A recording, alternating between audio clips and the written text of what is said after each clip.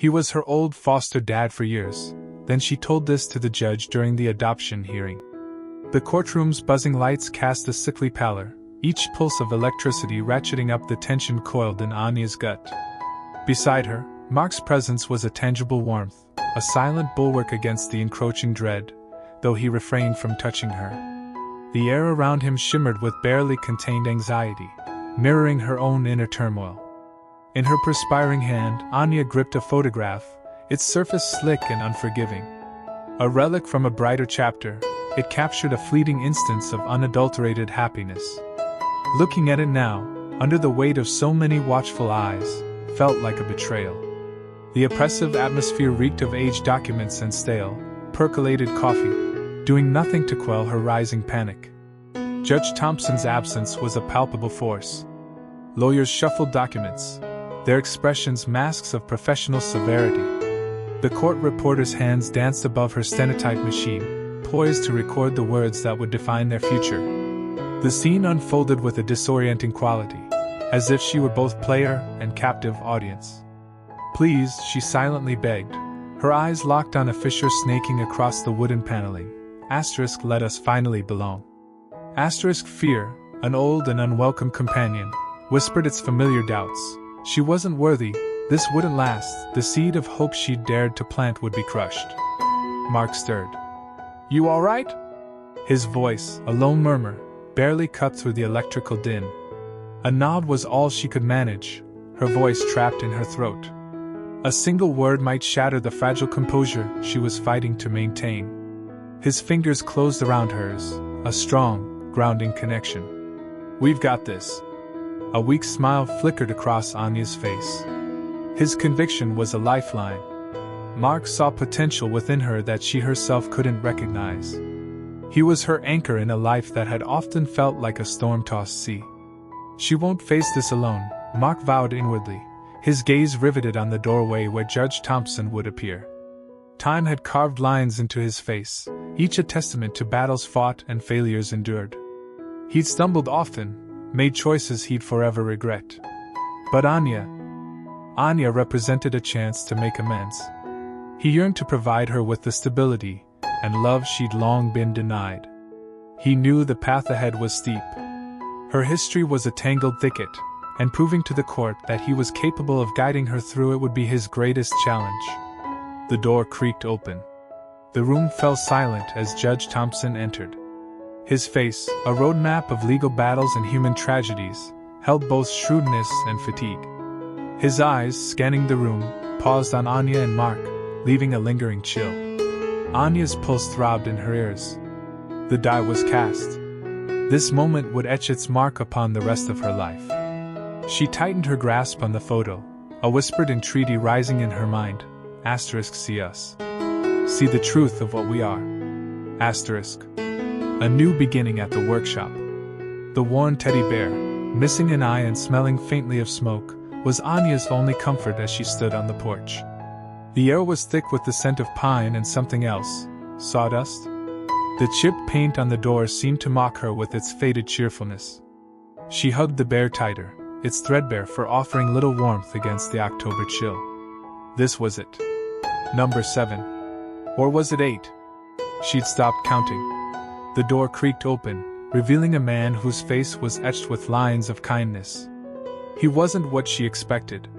Not gruff like Mr. Henderson, nor overly enthusiastic like Mrs. Gable. Just quiet.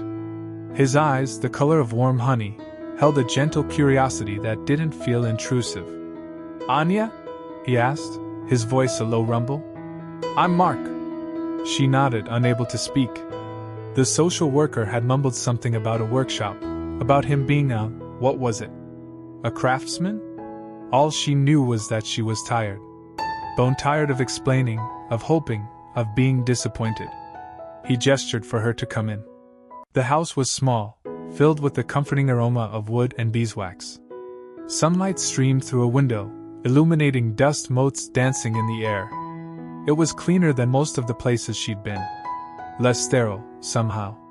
"Come on," Mark said, leading her through the house to a door at the back. He pushed it open, revealing a large, cluttered workshop.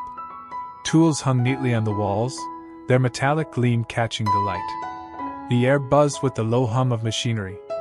A half-finished rocking horse sat on a workbench, its smooth wooden curves begging to be touched. Anya gasped. Not at the mess, but at the possibilities. She hadn't felt anything close to wonder in a long time. Mark noticed her reaction. "This is my space," he said, a hint of pride in his voice. "And now, yours too, if you want it." He cleared a space on a smaller workbench tucked away in a corner. It was covered in wood shavings and scraps of leather, but Anya could see the potential. A small window offered a view of the woods behind the house, the leaves ablaze with autumn colors. "You can do whatever you want here," Mark continued, his voice soft. "Draw, paint, build, anything. No rules, except maybe try not to set the place on fire." He offered a small, hesitant smile. Anya finally found her voice, a small, raspy whisper. "Why?" Mark paused, his gaze meeting hers. "Because everyone deserves a space to call their own," he said simply. "And because I think you have a lot to say." He left her alone then, retreating to his own workbench. Anya stood there for a long time, clutching her bear, breathing in the scent of wood and possibility. She ran a finger over the smooth curve of the rocking horse, a faint spark of something she hadn't felt in years flickering within her. Hope? Maybe. Or maybe just the quiet comfort of being left alone, finally, to breathe.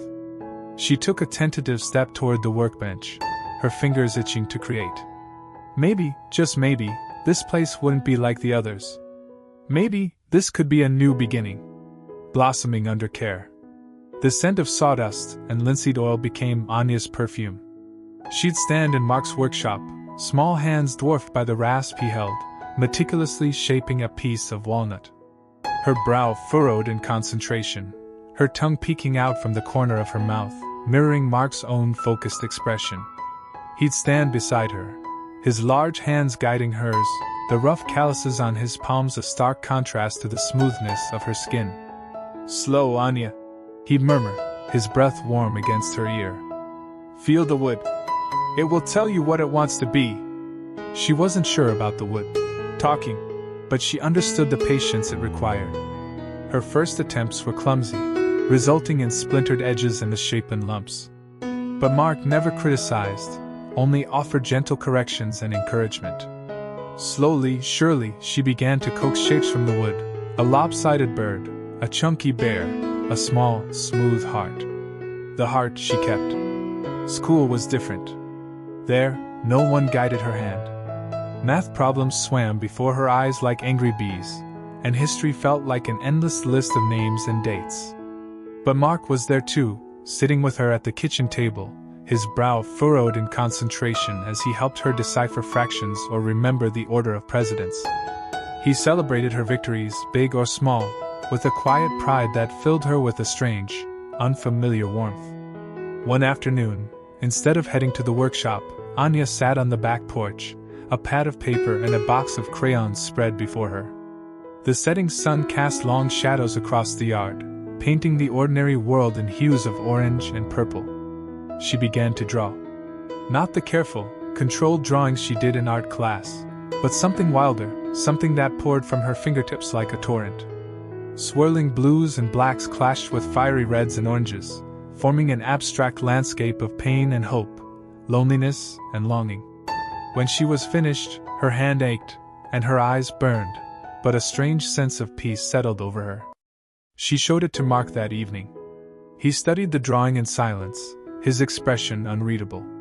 Finally, he looked up, his eyes filled with a tenderness that made her heart clench. "It's powerful, Anya," he said, his voice thick with emotion. It shows a lot." She shrugged, embarrassed, and turned away. "It's just a drawing," she mumbled. But she knew it was more than that. It was a piece of her, laid bare for him to see. A caseworker came by that week, a woman with a clipboard and a practiced smile. She asked Anya questions about school, about Mark, about her feelings. Anya answered politely, carefully, revealing nothing. The woman's questions felt like tiny pinpricks, probing for weaknesses, for cracks in the carefully constructed facade of normalcy. As the woman left, she said to Mark, "She's settling in nicely. It's good to see her thriving in a stable environment." Stable. The word felt like a cage. Anya watched the caseworker's car disappear down the lane, a knot tightening in her stomach. She didn't want stability. She wanted something else. Something she couldn't name, something she wasn't sure she deserved. She glanced back at the house, at the warm light spilling from the windows, at Mark standing on the porch, watching her. He offered a small, tentative smile. She returned it, a fragile, hesitant thing, like a flower tentatively reaching for the sun. The shadow of aging out. The single candle on the small, frosted cake flickered, casting dancing shadows on Anya's face. 16. A number that felt less like a celebration and more like a countdown. Mark cleared his throat, the sound unusually loud in the small workshop. "Happy birthday, Anya." He offered a hesitant smile, the lines around his eyes crinkling. "Thanks, Mark." Anya's voice was soft, barely audible above the hum of the late afternoon traffic outside. She traced the outline of a rose etched into the wooden table with her fingertip, avoiding his gaze. The scent of sawdust and varnish, usually comforting, felt heavy, like a shroud. He pushed a small, wrapped gift across the table. "Go on, open it." Inside, nestled in a bed of tissue paper, was a set of charcoal pencils and a thick sketch pad with textured paper. Anya's breath hitched. "Mark, you didn't have to. I wanted to. You've got a gift, Anya. Don't let it gather dust." He watched her, his expression unreadable. She picked up a pencil, running her thumb over the smooth graphite. It felt grounding, familiar. But the weight of it was different tonight. He was right. She'd been drawing less. The anxiety had been building, a silent, insidious force that choked her creativity. Later, after they'd eaten cake and Mark was cleaning up, Anya lingered by the window, watching the streetlights flicker to life. The golden glow painted streaks across the rain-slicked pavement. "Mark?" He turned, drying his hands on a rag. "Yeah? What happens? What happens when I turn 18? The question hung in the air, thick with unspoken fear. He paused, the rag still clutched in his hand. He knew this conversation was coming, had been dreading it. "We'll figure it out, Anya. There are programs, support." His voice trailed off, sounding hollow even to his own ears. She turned from the window, her eyes dark pools in the dim light. "Programs? Support? It's not the same."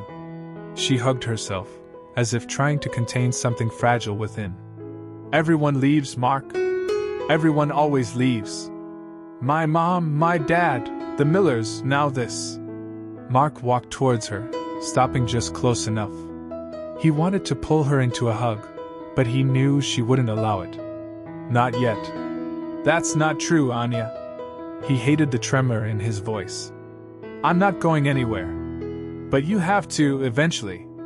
Everyone does." The words were barely a whisper, filled with a despair that twisted in Mark's gut. He saw past the hardened exterior, the practiced indifference, to the terrified girl beneath. A girl who'd been abandoned too many times. He thought he was helping her, giving her a stable home, a safe place to land. But he'd been so focused on the day-to-day, on providing for her basic needs, that he hadn't fully grasped the depth of her fear, her profound need for something more permanent. He wasn't just offering shelter, he was offering a temporary reprieve.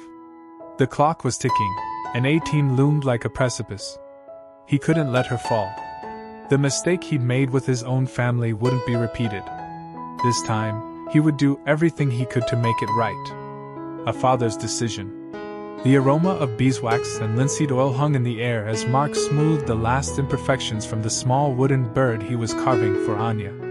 He set it carefully on the workbench, then wiped his hands on his apron, the rough canvas a comforting presence against his skin. He found Anya perched on the window seat, sketching furiously in her notebook, the late afternoon sun painting stripes across her face. He sat beside her, the springs groaning softly under his weight. "Anya," he began, his voice a low rumble. "I've been thinking about you. About us. She didn't look up, her pencil still dancing across the page. Okay, she mumbled, but he could see the tension coiled in her shoulders. I want to adopt you, Anya. I want you to be my daughter. Officially. The pencil stopped. Silence stretched, thick and heavy, punctuated only by the ticking of the grandfather clock in the hall. Anya finally looked up, her eyes wide and searching, filled with a mixture of hope and disbelief. Adopt me? She whispered, her voice barely audible. Mark reached out, his hand covering hers. Yes. If you want me to. I know it's a big thing, Anne. She pulled her hand away, a strange light flickering in her eyes. Why? The question hit him like a physical blow. He'd anticipated doubt, skepticism, maybe even anger. But not this stark, raw vulnerability. Because I love you, Anya. Because I can't imagine my life without you. Because you belong here. Anya turned back to her drawing, a single tear tracing a path down her cheek. He didn't push. He knew she needed time. The following week, he sat in a sterile office, facing Eleanor Vance.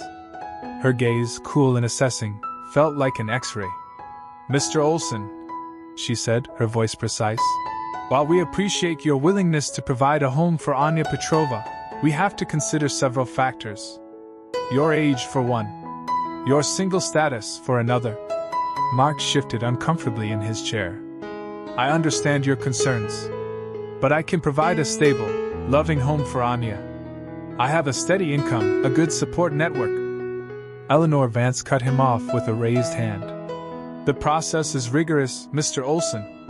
There will be home studies, interviews with you, Anya, your neighbors, financial reviews, background checks. It's not a walk in the park. I'm prepared for that, Mark said, his voice firm. He thought of Anya, her guarded smiles, the way her eyes lit up when she was lost in her art. He would face down any obstacle for her. The mountain of paperwork arrived the next day. It was a formidable beast, filled with questions about his childhood, his relationships, his finances, his beliefs. Each form felt like an invasion, a probing into the deepest, most private parts of his life. He spent hours hunched over the kitchen table, meticulously filling out each section, the weight of the past pressing down on him. He knew that Eleanor Vance, and everyone else involved, would be scrutinizing every detail, searching for any crack in his facade, any reason to deny him the one thing he wanted more than anything, to be Anya's father. Secrets and shadows. The library was a sanctuary, smelling of dust and aged paper, a stark contrast to the sterile environment of the group home she'd left behind. Anya scrolled through digital archives, searching for scraps of information about Elena and Dmitry Petrova. Her fingers trembled as she clicked on a digitized newspaper article, a grainy photograph of her mother staring back at her. Elena, arrested for petty theft. Another article detailed Dmitry's struggle with addiction, a spiral of arrests and rehab stints. The stark reality of their lives slammed into her, a cold wave washing over the fragile image she'd constructed in her mind. She'd imagined artists, revolutionaries, people broken by the system, not consumed by it. She closed her laptop, the screen reflecting her own pale face. A wave of nausea washed over her. The urge to create something, anything, overwhelmed her. She needed to translate this feeling, this ugly truth, into something tangible. She envisioned a sculpture, twisted metal mirroring the tangled lives of her parents, a testament to resilience born from despair. Back at Mark's, the scent of sawdust and wood shavings clung to the air. He was sanding a piece of cherry wood, the rhythmic whir of the sander a soothing counterpoint to the turmoil in her head. She watched him, his brow furrowed in concentration, his large hands moving with surprising delicacy. He offered stability, a solid foundation in a world that had always felt like shifting sand. How could she reconcile the chaos of her origins with the quiet strength she found in him? Meanwhile, across town, Eleanor Vance sat at her desk, the dim glow of her computer screen illuminating her face. She stared at the file in front of her, a pit forming in her stomach. A routine background check on Mark Olson had unearthed something unexpected, a sealed juvenile record. It took some digging, some favors owed, but she'd finally accessed it. A single incident, vandalism, a stolen car, minor charges ultimately dropped. The details were sketchy, but the implications were clear. Mark had a past, a hidden chapter he hadn't disclosed. She swiveled in her chair, the worn leather creaking beneath her. Was it a youthful indiscretion, a mistake long since atoned for? Or was it a sign of something deeper, a hidden instability that could jeopardize Anya's well-being? The adoption hearing was looming, and this information could derail everything. Eleanor wrestled with her conscience. Disclosing the information felt like a betrayal of Mark's trust, a potential death knell for Anya's hopes. But withholding it felt like a dereliction of her duty, a risk to the vulnerable child she was sworn to protect. The weight of the decision pressed down on her, a heavy burden carried in the silent shadows of her office. She leaned back, closing her eyes. The fluorescent lights hummed, a constant, unwavering drone that echoed the relentless questions swirling in her mind. Anya deserved a home, a safe haven. Was Mark truly capable of providing that, or was he still haunted by the ghosts of his past? The answer, she knew, could change everything. Confronting the past. Eleanor Vance hovered in Anya's doorway, a manila folder clutched so tightly her knuckles shone white, a stark testament to her inner conflict. "Anya, may I come in? It's important." Anya, lost in the swirls of color in her sketchbook, lifted her head, a crease forming between her brows. Eleanor's somber mien sparked unease. "Of course, Eleanor. What's wrong?" Eleanor crossed the threshold, a subtle fragrance of lavender preceding her like a silent announcement. She settled gingerly on the edge of the bed, the folder a leaden weight on her lap. "I uncovered something. Concerning Mark, from years ago." The point of Anya's pencil tip snapped. A shiver snaked down her spine, an instinctive recall. "What sort of something?" Eleanor hesitated, her gaze dropping to the floor. "His juvenile record. It was sealed, but I found a way." "Anya, Mark," he aired. "Seriously. At 17. The pronouncement landed like a physical blow, stealing the air from the small studio. 17. Barely more than a boy. But still, an error. Anya's thoughts scattered, painting dark scenarios that ranged from youthful indiscretion to something far more sinister. "What happened?" she managed, her voice a mere thread. Eleanor's tone softened, tinged with sorrow. "He was involved in an incident. Vandalism was the initial charge. It escalated. A fire broke out. Thankfully, no one was injured. But it was a church, Anya. A small neighborhood church." Anya squeezed her eyes shut. A church. The word resonated, a discordant chime in the quiet of her mind. She pictured the quaint serenity of the old chapel by the community center, sunlight streaming through the stained glass. "Why are you revealing this? Why now?" "Because you deserve the truth. Before you deepen your commitment to Mark." Anya offered a slow nod, the weight of the disclosure crushing her. "Thank you," she choked out, the words devoid of resonance. Later, the studio felt like a gilded cage. Anya restlessly roamed the space, her anxiety a jagged edge against her skin.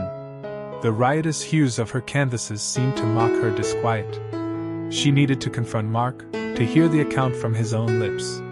She found him in his workshop, carefully smoothing a length of cherry wood. The air hung thick with the mingled scents of sawdust and varnish. He glanced up as she entered, his familiar, welcoming smile lighting his face. "Anya! What brings you out here?" She closed the distance, the earthy aroma of wood offering scant solace.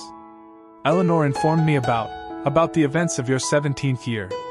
The smile vanished as if wiped away.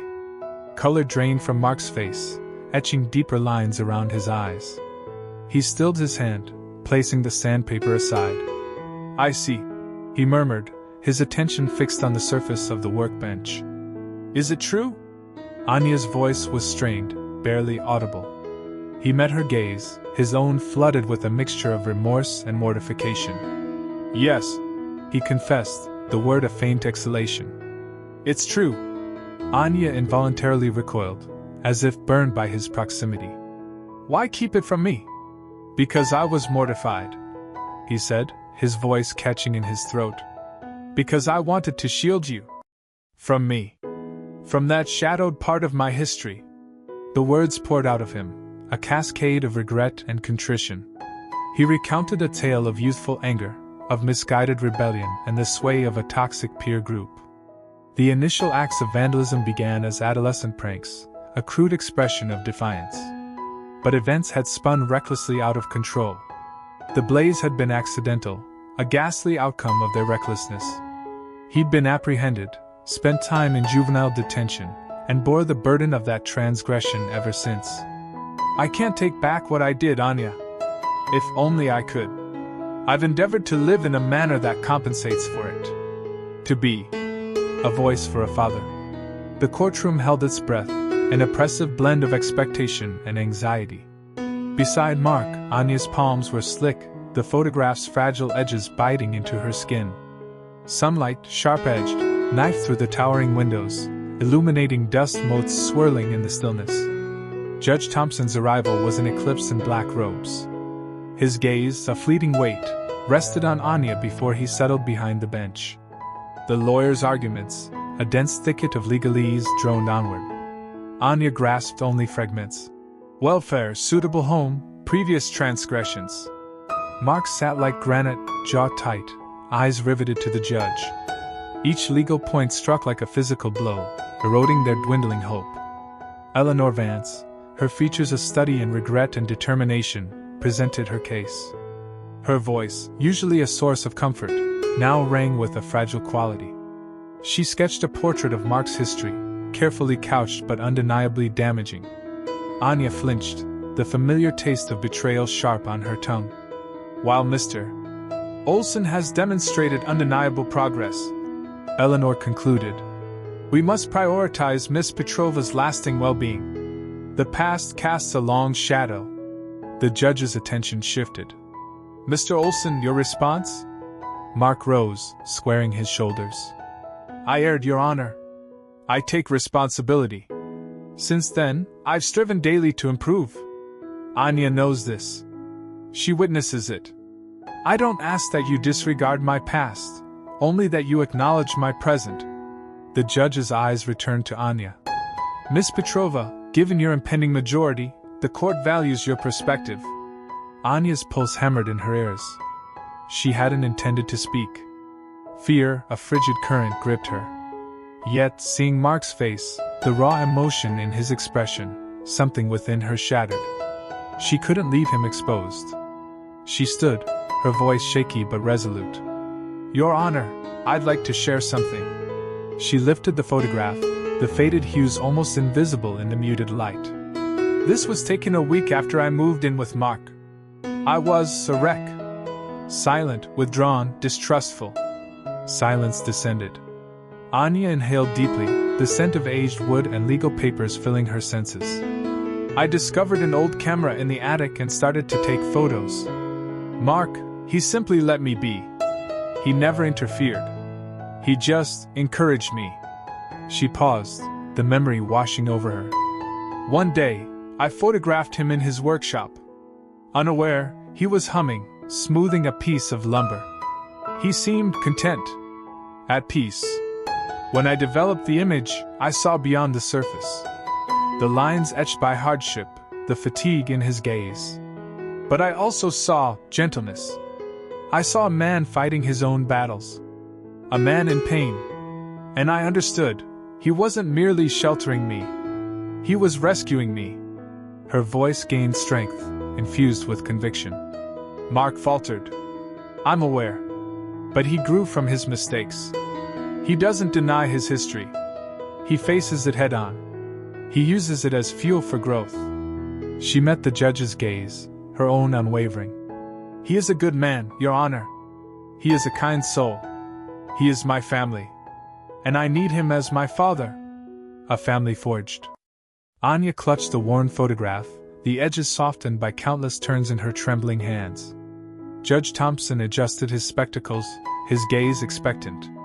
Mark, seated beside her, offered a reassuring squeeze of her hand. He smelled of sawdust and something indefinably comforting, like home. It was her turn to speak. She inhaled, the air thick with the scent of old wood and legal formality. "This picture," she began, her voice wavering slightly, "was taken a few weeks after I came to live with Mark." She paused, the image blurring through unshed tears. "I was difficult. I didn't trust anyone. I broke things. I ran away. A lot." She swallowed hard. "One night, I smashed a pottery vase. It was ugly. A cheap thing. But Mark had bought it at a flea market, said it had character." She could still see the shards of ceramic scattered across the worn floorboards of Mark's living room, feel the burning shame in her chest. "He didn't yell. He didn't punish me. He just sat with me while I cried. Then, he helped me glue it back together." Anya held up the photograph. It showed the repaired vase, the cracks still visible, sitting on a windowsill bathed in the golden light of a late afternoon sun. "He told me that even broken things can be beautiful, that they can still hold flowers. That's when I knew he wasn't like the others." A cough echoed through the silent courtroom. Judge Thompson leaned forward. "Miss Petrova, are you saying Mr. Olson provided you with a stable and supportive environment?" Anya straightened her shoulders, the tremor in her voice gone, replaced by a newfound conviction. "Stable? Yes. Supportive? More than anyone ever has. He taught me how to use tools, how to fix things. He listened when I talked, even when I didn't make any sense. He never gave up on me, even when I gave up on myself." She locked eyes with the judge, her gaze unwavering. "He's the only father I've ever known." A hush fell over the room. Mark's grip tightened on her hand, his knuckles white. He was staring straight ahead, his jaw clenched. Judge Thompson cleared his throat. "The court has reviewed all presented evidence, including testimonies from social workers and character references. We have also taken into consideration Miss Petrova's heartfelt statement." He paused, his gaze sweeping across the courtroom. "Based on the evidence presented, this court finds that it is in the best interest of Anya Petrova to be legally adopted by Mark Olson. The adoption is hereby granted." A collective gasp rippled through the room. Anya's breath hitched. She turned to Mark, tears streaming down her face, blurring his features. He was smiling, a slow, genuine smile that reached his eyes. She launched herself into his arms, burying her face in his shoulder. He held her tight, his strong arms enveloping her in a fierce embrace. The scent of sawdust and home filled her senses, washing away years of uncertainty and fear. For the first time in her life, Anya felt truly safe, truly loved. She had found her family. A family forged not in blood, but in kindness, patience, and unwavering acceptance.